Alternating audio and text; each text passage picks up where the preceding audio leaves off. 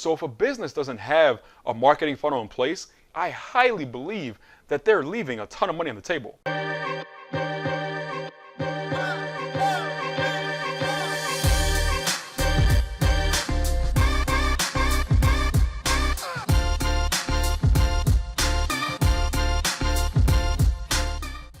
So I get this question a lot. Nsenzi, what's a funnel and how does it make money, right? So a marketing funnel or a sales funnel is really a step-by-step process that takes someone from not knowing who you are, not knowing anything about you, your business, to knowing you, to liking you, to trusting you.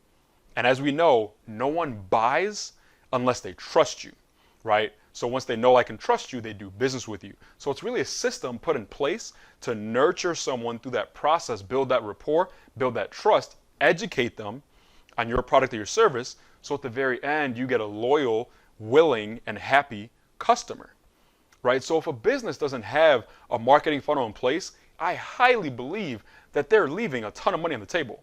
So if you don't have a marketing funnel, I highly recommend you look into it.